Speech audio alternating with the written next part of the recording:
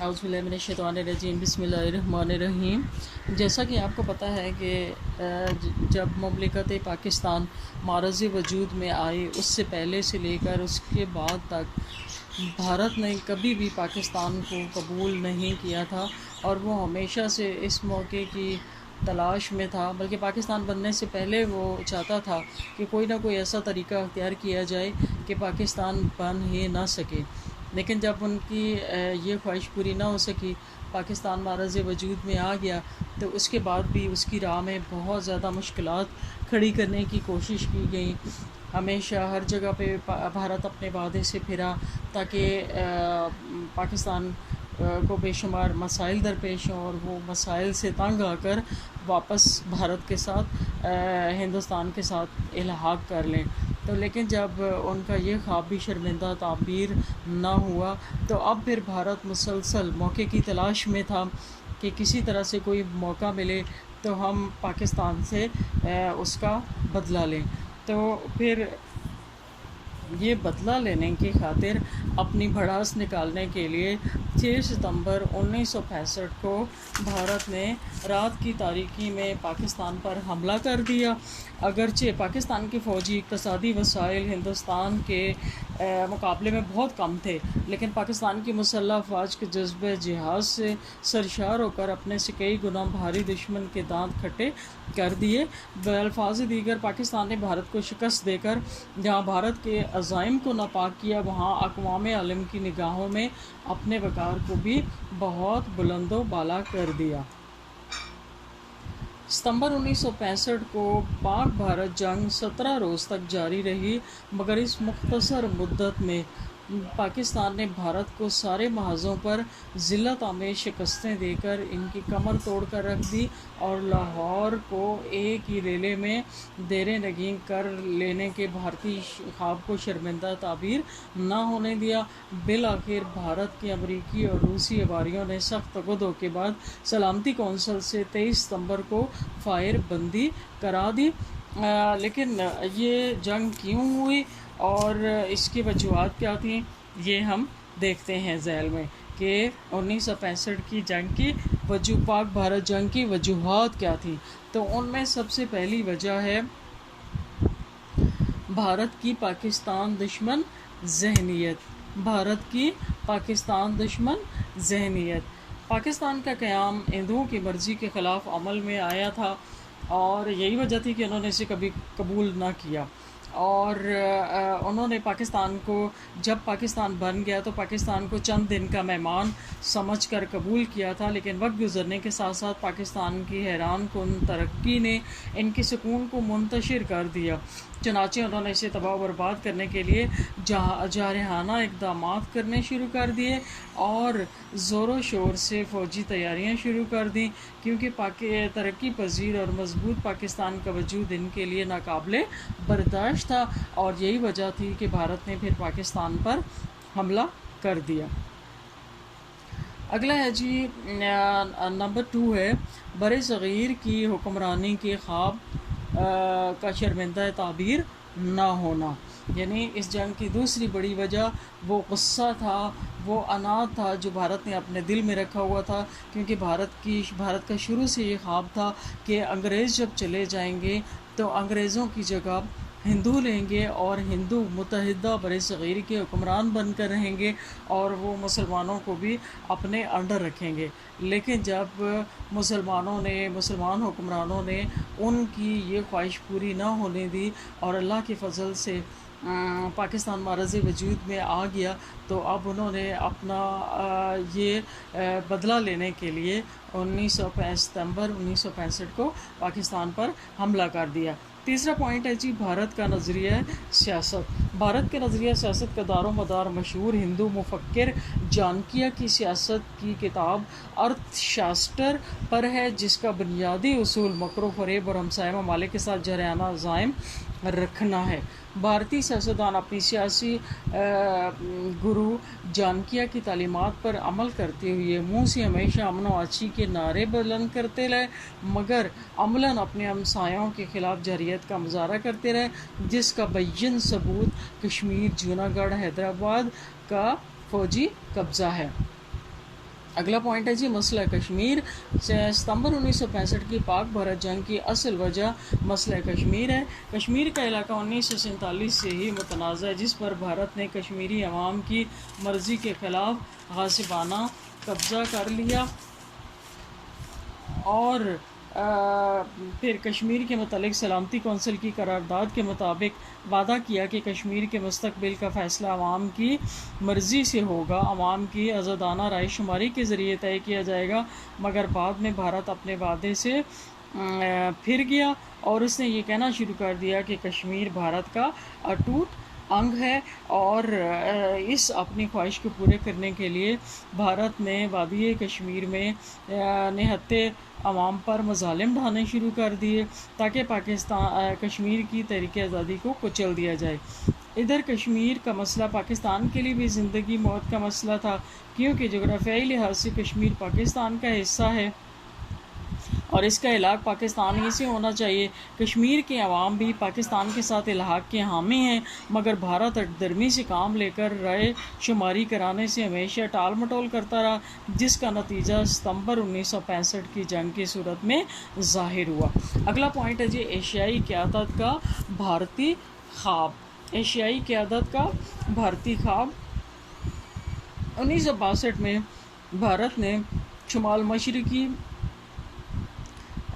علاقے اور مقبوضہ کشمیر کے علاقہ لداخ میں معمولی سرحدی تنازع کی وجہ سے چین سے جنگ مول لے لی، لیکن عبرتناک شکست ہوئی. اس شکست سے بھارت کا وقار نہ صرف ختم ہو گیا بلکہ بیرون ملک اس کی فوجی قوت کا بھی بھرم کھل گیا، اور ایشیائی قیادت کا بھارتی خواب منتشر ہو کر رہ گیا.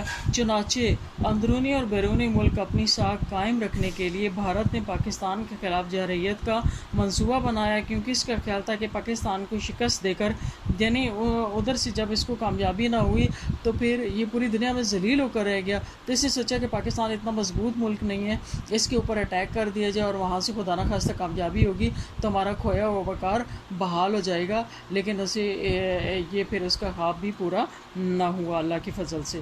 اگلا پوائنٹ ہے بھارت کو امریکی فوجی امداد. مطلب اس کا جو پوائنٹ ہے نا، یہ ایشیائی قیادت کا بھارتی خواب نہیں ہونا چاہیے بلکہ ہونا چاہیے کھوئے ہوئے وقار کی بحالی، کھوئے ہوئے وقار کی بحالی کی خواہش، یہ والا اس کا ہیڈنگ کریں. اگلا ہے بھارت کو امریکی فوجی امداد. چین سے شکست کھانے کے بعد بھارت نے دنیا کے سامنے چین کو ایک ہوا بنا کر پیش کیا اور چین کے خلاف خوب پروپیگنڈا کیا کہ یہ بہت اسٹرانگ ملک ہے اور یہ بہت خطرناک ملک ہے اور ہمیں اس سے خطرہ ہے، جس کی وجہ سے امریکہ نے اس کو پے در پے فوجی امداد شروع کر دی. پاکستان نے ہمیشہ یہ شور مچایا کہ یہ فوجی امداد چائنا کے خلاف استعمال کرنے کے لیے نہیں بلکہ پاکستان کے خلاف استعمال کرنے کے لیے لے رہا ہے، لیکن امریکہ نے پاکستان کی ایک نہ سنی اور بالآخر کیا ہوا کہ بھارت نے موقع پا کر 6 ستمبر 1965 کو پاکستان پر حملہ کر دیا. اگلا ہے جی رن کچھ کی جھڑپ. مئی 1965 میں بھارت نے رن کچھ کے متنازع علاقے پر قبضہ جمانے کی کوشش کی، لیکن پاکستانی فوج کے ہاتھوں ذلت آمیز شکست کھائی. اس شکست نے بھارت کے اندر انتقامی جذبہ پیدا کر دیا اور اس کے بھارتی وزیر اعظم مسٹر لال بہادر شاستری نے اعلان کیا کہ بھارت آئندہ کسی وقت بھی اپنی مرضی کا محاذ کھول کر پاکستان سے بدلہ لے گا. چنانچہ 6 ستمبر 1965 کو اس نے اس کا بدلہ لینے کے لیے پاکستان پر اٹیک کر دیا. اگلا ہے جی تحریک آزادی کشمیر. مسلمانوں کو بھارت نے کشمیری مسلمانوں کو مسئلہ کشمیر سے غافل کرنے کی غرض سے حضرت بل کی قدیم درسگاہ سے حضرت رسول اکرم صلی اللہ علیہ وآلہ وسلم کے منہ مبارک کو چوری کروا دیا. منہ مبارک کا مطلب پتہ ہے نبی کریم صلی اللہ علیہ وسلم کا بال مبارک، یعنی حضرت بل کی درگاہ میں محفوظ تھا تو اس نے کیا کیا، اس کو چوری کروا دیا. اس سے وادی کشمیر کے مسلمان مشتعل ہو گئے اور انہوں نے بھارتی سامراج کی غلامی سے نجات حاصل کرنے کے لیے اپنی جدوجہد کو تیز کر دیا. اب بھارت نے جب دیکھا کہ مسلمان تو بہت زیادہ ہی اس میں اشتعال میں آ گئے تو انہوں نے مسلمانوں کو خاموش کرانے کے لیے شیخ عبداللہ جو کہ بڑے عرصے سے نظر بند تھے اس کو رہا کر دیا. شیخ عبداللہ کی رہائی سے رائے شماری کی تحریک اور زیادہ زور پکڑ گئی اور بھارتی حکومت شیخ عبداللہ کی حق پر مبنی تقریروں پر بھناؤ اٹھی. شیخ محمد عبداللہ اور مرزا افضل بیگ جب فریضہ ادا کرنے کے لیے مکہ گئے تو انہوں نے وہاں پر بھی اپنے حق کی خود ارادیت کے لیے آواز پوری دنیا تک پہنچانے کی کوشش کی۔ اس پر بھارت نے ان کو فوراً واپس پاکستان وطن بلایا اور پھر دونوں کشمیری رہنماؤں کو گرفتار کر کے نظر بند کر دیا۔ اس پر طریقِ آزادی نے شدت اختیار کر لی اور مگر کشمیری حریت پسندوں نے صدائے کشمیر کے نام سے یعنی کیا کہ ایک خفیہ ریڈیو اسٹیشن بھی قائم کیا۔ ان کی یعنی یہ زور پکڑتی گئی تو جو طریقِ آزادی کی تازہ خبروں کے علاوہ مجاہدین کے پیغامات بھی دیتا تھا۔ بھارت نے ان حالات کا ذمہ دار پاکستان کو ٹھہرایا اور مگر دوسری طرف پاکستان میں کشمیر کے حالات کی وجہ سے ہیجان پیدا ہو گیا، اور جب بھارت نے دیکھا کہ یہ تو کشمیر چھوڑ پاکستان میں بھی ہمارے خلاف اسی طرح سے بغاوت ہے، تو انہوں نے پھر پاکستان پر بھارت نے اٹیک کر دیا۔ بھارت کے خلاف اگلا پوائنٹ ہے پاکستان کے خلاف بھارتی فوجی اشتعال انگیزی۔ بھارتی کی حکومت جہاں کشمیری مجاہدین کا مقابلہ نہ کر سکی، اس نے مئی 1965 میں جارحیت کا مظاہرہ کر کے کیا کیا، کشمیر میں واقع کارگل کی 3 چوکیوں پر قبضہ کر لیا۔ پاکستان نے اقوام متحدہ سے شکایت کی تو بھارت نے چوکیاں خالی کر دیں، لیکن اگست میں دوبارہ ان پر قبضہ کر لیا۔ تو بعد ازاں بھارت نے کچھ اور علاقوں میں مزید اشتعال انگیز پیش قدمی کی۔ تو 24 اگست کو بھارت نے بغیر کسی جواز کے ضلع گجرات کے پاکستانی گاؤں پر گولہ باری کی، اور اگلے روز بھارتی فوج نے مزید فوجی اشتعال انگیزی کرتے ہوئے آزاد کشمیر میں درہ حاجی پیر پر قبضہ کر لیا، جس کے نتیجے میں بھارت یہ کشمیر میں کشمیریوں کی جو طریقِ آزادی تھی اس نے اور زیادہ زور پکڑ لیا، اور پاکستان کے اندر جو مسلمان تھے ان میں بھی غم و غصہ کی لہر دوڑ گئی۔ تو ان ساری چیزوں کا بدلہ لینے کے لیے بھارت نے پاکستان پر حملہ کر دیا۔ اگلا ہے پاکستان کی جوابی کارروائی۔ بھارت کی فوجی اشتعال انگیزیوں سے پاکستان کا پیمانہ صبر لبریز ہوا، اور پاکستانی فوج نے آزاد کشمیر کی فوج کا ساتھ دینے کے لیے جوابی کارروائی کی۔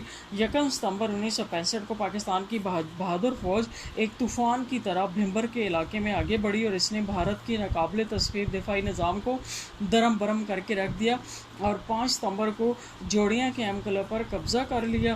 پاکستانی فوج کی اس حیرت انگیز کامیابی سے بھارتی فوج بوکھلا اٹھی، اور اس نے پاکستان کی فاتح فوج کی پیش قدمی روکنے کے لیے 6 ستمبر 1965 کو بغیر اعلان جنگ کے بین الاقوامی سرحد عبور کر کے لاہور پر 3 اطراف سے حملہ کر دیا، مطلب اس کی توجہ ہٹانے کے لیے یا بدلہ لینے کے لیے لاہور پر حملہ کر دیا۔ اگلا پوائنٹ ہے بھارت کا داخلی انتشار۔ بھارت ایک وسیع و عریض ملک ہے جس میں بے شمار زبانیں، لہجات، ذاتیں ہیں۔ ان انگنت تہذیبیں اور مذاہب پائے جاتے ہیں۔ غربت، افلاس، بیماری کا بوجھ اس کے 2 بنیادی مسئلے رہے ہیں۔ یہی وجہ ہے کہ وہ داخلی انتشار اور عدم استحکام کا شکار رہتا ہے۔ تو بھارت نے عوام کی توجہ جو ہے وہ ہٹانے کے لیے اپنے ہمسایوں سری لنکا، بھوٹان، نیپال، پاکستان اور مغربی پاکستان اور چین سے برسر پیکار رہا، اور 1965 میں بھارت کی جو پاکستان پر حملہ ہے وہ بھی صرف اسی وجہ سے ہے تاکہ اندرونی طور پر یہ جو انتشار ہے اس کی طرف کسی کی توجہ نہ جائے۔ اگلا ہے کانگریس کا غیر مقبول ہونا پوائنٹ۔ کانگریس داخلی طور پر غیر مقبول ہو رہی تھی اور اسے آنے والے انتخابات میں کامیابی کی کوئی امید نہیں تھی۔ کانگریس پاکستان کو میدان جنگ میں شکست دے کر اپنا کھویا وقار بحال کرنا چاہتی تھی، اس وجہ سے اس نے پاکستان پر حملہ کر دیا۔ بھارت اور چین کا تصادم۔ 1962 میں بھارت اور چین کے درمیان سرحدی تنازع پر جنگی جھڑپیں ہوئیں۔ چین ایک ابھرتی ہوئی طاقت بن رہا تھا۔ اس دور کی 2 بڑی طاقتیں روس اور امریکہ اپنی نوخیز قوت سے خائف تھی، چنانچہ انہوں نے بھارت کو شیشے میں اتار کر چین سے لڑا دیا۔ یعنی امریکہ نے اپنا کام جو ہے وہ کس سے کروایا؟ بھارت سے کروایا، تاکہ اس کے کندھے پر رکھ کر فائر کیا تاکہ یہ دونوں آپس میں لگے رہیں، اور چین کہیں نہ تو چین جو ہے وہ طاقتور ہو کر ابھر سکے اور نہ ہی اس کی توجہ امریکہ کی طرف جائے۔